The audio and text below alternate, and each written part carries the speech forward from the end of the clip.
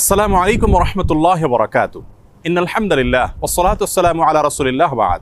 সুপ্রিয় দর্শক, সূরা ইসরার ৮২ নম্বর আয়াতে আল্লাহ তাআলা ইরশাদ করেছেন, ওয়া নুনাজ্জিলু মিনাল কুরআনি মা হুয়া শিফাউন ওয়া রাহমাতুল লিল মুমিনিন। যার অর্থ হলো, আমি কোরআনে কারীমের এমন সব আয়াতসমূহ, সূরাসমূহ নাজিল করি যার মাঝে রয়েছে ঈমানদারদের জন্য আরোগ্য লাভের মাধ্যম এবং তাদের জন্য রহমত তথা আল্লাহর পক্ষ থেকে করুণা।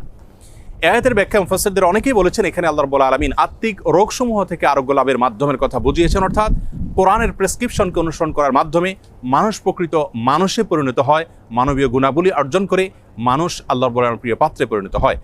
এর ব্যাখ্যা অনেক মুফাসসিররা এও বলেছেন যে এর মাধ্যমে আল্লাহ রাব্বুল আলামিন আত্মিক রোগসমূহ থেকে মুক্তির পাশাপাশি শারীরিক যে রোগসমূহ আছে সেগুলো থেকেও মুক্তির পথ আল্লাহ রাব্বুল আলামিন আমাদেরকে বাতলে দেন। সেগুলোকে আবিষ্কার করে খুঁজে বের করে যথাযথভাবে আমল করার মাধ্যমে উপকৃত হওয়াটাই হলো আমাদের জন্য মূল বিষয়। আজ আমরা কোরআনে কারীমের এমন একটি সূরা আপনাদের সঙ্গে শেয়ার করতে চাই যে সূরার অপর নামই হলো সূরাতুশ শিফা বা আরোগ্য লাভের সূরা। আর সেই সূরা হলো আমাদের সকলেরই অতি পরিচিত সূরাতুল ফাতিহা। সহিহ বুখারীতে আবু সাঈদ খুদরী রাদিয়াল্লাহু আনহু থেকে একটি হাদিস বর্ণিত হয়েছে, যে হাদিসের মাধ্যমে বোঝা যায় যে সাহাবায়ে কেরাম সূরাতুল ফাতিহার মাধ্যমে চিকিৎসা গ্রহণ করেছেন এবং অলৌকিকভাবে, বিস্ময়করভাবে কঠিন এবং দুরারোগ্য সমস্যা থেকে তারা মুক্তি লাভ করেছেন। তখন নবী করিম সাল্লাল্লাহু আলাইহি ওয়াসাল্লাম বিষয়টি জানতে পারার পর তাকে বলেছিলেন, ওমা ইউদরিকা আন্নাহা রুকিয়া, তুমি কিভাবে জানলে যে সূরা ফাতিহা এটি রুকিয়া বা সকল রোগ থেকে শেফার একটি মাধ্যম।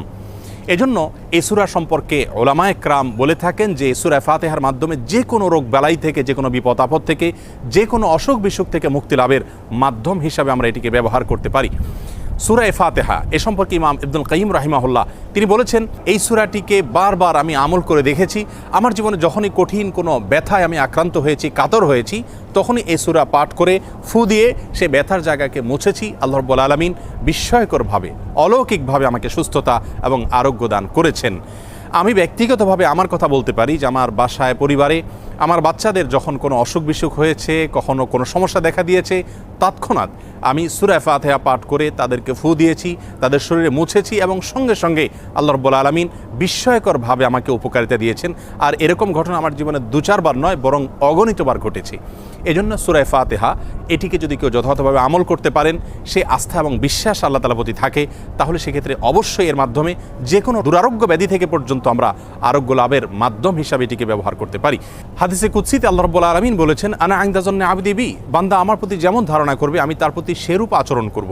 অতএব পরিপূর্ণ আস্থার সাথে, বিশ্বাসের সাথে যদি কেউ যে কোনো অসুখ বিসুখ থেকে, যে কোনো ব্যাধি থেকে মুক্তি লাভের জন্য সূরা ফাতিহাকে পাঠ করেন, সেটি পাঠ করে কোনো পানিতে, তেল ইত্যাদিতে ফু দিয়ে সেটি যদি ব্যবহার করেন, প্রয়োগ করেন, অথবা শরীরের কোনো জায়গায় অসুখ দেখা দিলে এটি পাঠ করে যদি ফু দেন সেই জায়গায় বা মোছেন, ইনশাআল্লাহ বিইذনিল্লাহ আল্লাহ তাআলা তাকে ওই রোগ থেকে মুক্তি নসিব করবেন।